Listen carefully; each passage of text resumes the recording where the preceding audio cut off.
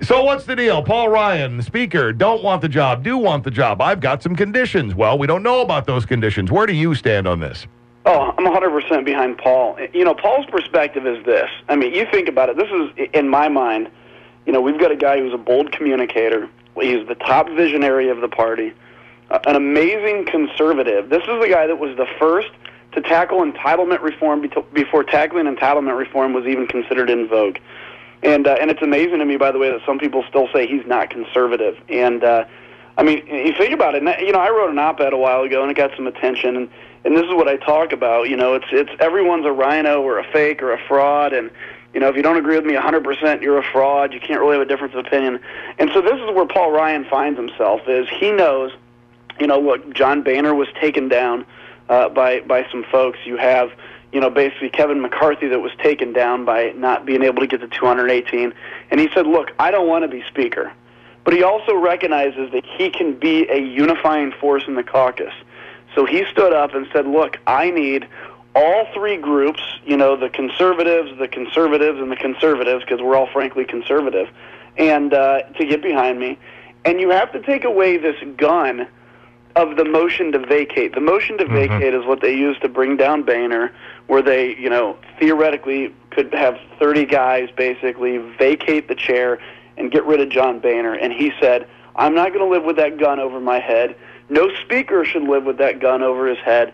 And by the way, we are defending the United States of America, and there are some people that are more interested in destroying ourselves for purity's sake or whatever than we are in actually winning this fight against the Democrats. So I'll tell you, it was the most amazing, inspiring speech I've seen from a politician among politicians, and he had a standing ovation.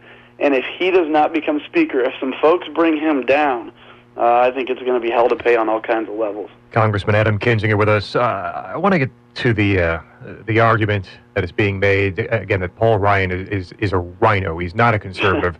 Put aside the fact that everyone loved him as the vice presidential nominee in 2012, and rightfully so. And let's get right out front. Look, I know there is a big difference of opinion in the party on immigration reform and comprehensive immigration reform. Paul Ryan was pushing it, was in favor of it. That is now a single issue deal breaker for some people. But the rest of his record, I mean, look, you mentioned the entitlement reform. He was the guy pushing Granny over the cliff, right? He's the guy saying we've got to get our entitlements under control. He's proposed balanced budgets all over the place. You know, the current leader in the Republican presidential race doesn't want to touch. This used to be very conservative, right? To do entitlement reform, to get our long-term spending under control. Donald Trump says, don't worry about it. Maybe we'll expand it. Social Security's okay. We're not going to touch it. Look, he's a free trader, Paul Ryan is. Free trade used to be, hopefully still is, a very big part of the conservative and Republican platform. This idea that Paul Ryan somehow in the past 2.5 years has gone from the best vice presidential candidate possible to rhino sellout boggles my mind. Yeah, and it boggles my mind, and this is why I've been so outspoken. You know, those that have followed some of the things I've said, they'll ascribe a different agenda to me. The truth is, I feel really, really inspired to have to try to save the Republican Party from killing ourselves. And this is it. So, yeah, I mean, does Paul Ryan have a different view of immigration than some? Yes. I happen to agree with his view. I've happened to say that we need immigration reform that starts with border security and recognizes that you can't deport 15 million people and leads to legalization, not citizenship. I mean, and by the way, a significant number of Republicans, according to polls, believe that. But I get that not everybody believes that. That's fine. But somebody does not have a right to determine that somebody doesn't belong to the Republican Party when they have a view that about 50% of the party themselves carry anyway. But if you look at Paul Ryan, I mean, when I ran in 2010, it was considered super edgy, way out there, very dangerous. In my race, I had people advise me to stay away from Paul Ryan. I didn't. I stayed close to Paul Ryan because they said, look, he's talked about Social Security and Medicare. You can't get near him. Now, on every interview I do where I'm asked about Social Security and Medicare, I'm open about the fact that we have to reform these entitlements. This is where I get concerned, is conservatism. It hasn't been about what you believe lately. You know, free trade, that's conservatism. Entitlement reform, that's conservatism. There's all these things. It's become more about your tone. If you're angry, if you yell, if you call people rhinos, you may more likely to be a conservative than if you speak softly, if you try to attract a new crowd in, if you try to sell a conservative message to non-conservatives, and this is what Paul Ryan said yesterday. He said, look, I'm not going to take up the big controversial issues, but what I am going to do is take up the bold proposals that unite us all, because this party and members of 247 members of the Republican Party are actually more united on issues than they have been at any point in history. We're as conservative of a caucus as we have been at any point in history.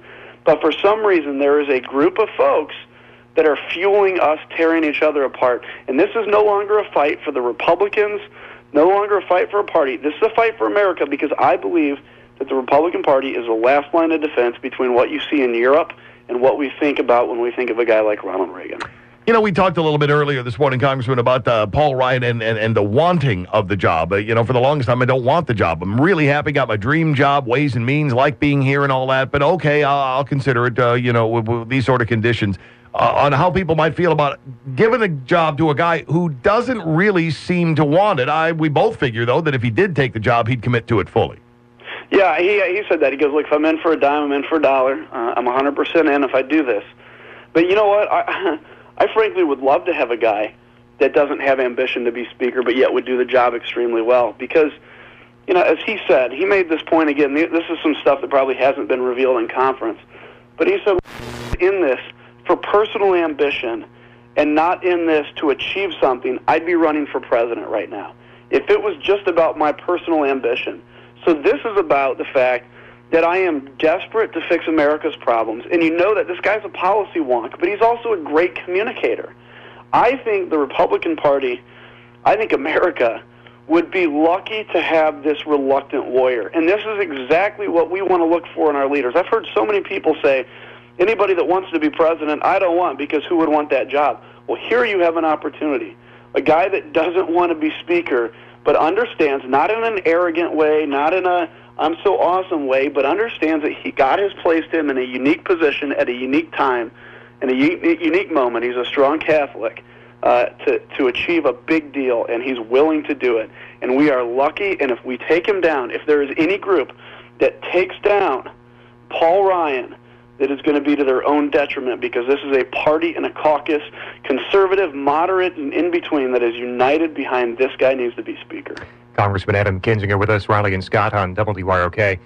I'd like to ask you to respond to this, too. It's amazing the way some of these arguments are being flipped on their head in the current political environment. And look, people in our industry have a lot to do with this, point blank.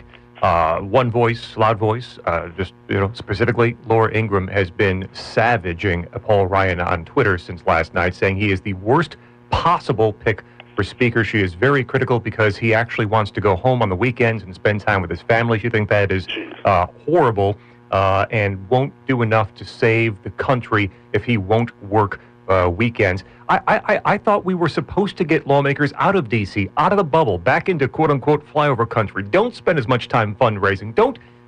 Now, if you won't do that, it's a horrible thing. You want to spend time with your family back home. This is just weird, bizarro time right now. So these are the people that, and you know, I used to have a lot of respect for Laura Ingraham. I think she's gone off the deep end a little bit in terms of she's a great person, a great American. I think she's passionate, but she's become obsessed with some of these folks are like, they're like the contrarians, right? You know, everybody's a Cub fan in the room, and there's always the guy that's going to be a Mets fan then just because he wants to be different, except it's a little darker. They're doing that. They're being opposite of everybody or what seems right because they can make a profit in it. I'm not sure if that's Laura Ingraham in this case. I think it probably is. But they do things, and if Paul Ryan would have said, look, I want to be speaker, and I'm going to travel and do a ton of fundraising, right, they'd be attacking him for that today, saying, no, his family needs to be more important. It is exactly what he wants to do, what is the right thing to do or what's going to be done. Some of these people are just continually opposite because, listen, look at your next fundraising appeal. Go to some of these groups, and they are saying, just give me $5 or $10, and we're going to be the ones purging the place of the rhinos, keeping the Republican Party pure. It is 100% about raising money, and some of these nationally syndicated shows, some of these, there's good ones and there's But some of these are focused on getting you angry, getting you mad, and then you stay for that commercial break and they make money on it. There's nothing wrong with making money on a radio show. You guys know that and you do a great job. Well, we've heard. So anyway, as a party, look, we have an amazing opportunity. There can be differences among us, but it doesn't mean that anybody is less of a patriot. He wants to know by Friday. That going to be a problem? Well, I mean, look, I can tell you, I think he's going to get a solid endorsement from 207 members of Congress. The real question is on the Freedom Caucus, and what do they decide to do? Again, if I was to, and we have meetings with them, if I was to advise them, I would say, if you guys reject Paul Ryan, I think this is probably going to lead to the end of the Freedom Caucus. Trust me, because there's going to be open rebellion. So I hope they come around. I hope they do it, and I have faith. There are a lot of good people in the Freedom Caucus. I have faith that they'll do the right thing.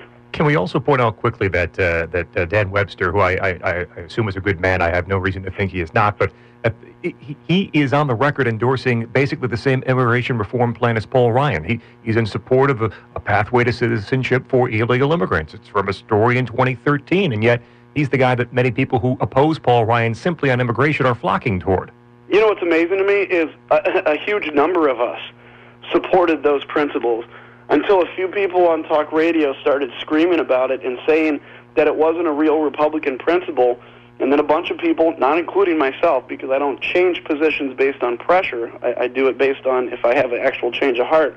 But a bunch of people backed away, and now they run. And I mean, look, I'm a Marco Rubio fan. I really like him. But he was on the Gang of Eight with this immigration thing. Now he's running away from the work he's done.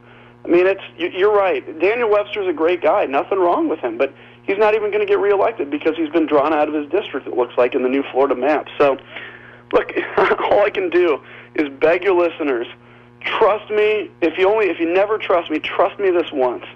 Paul Ryan would be an amazing speaker and would unify the Republican Party, and we would actually see ourselves get some victories, and it would be amazing.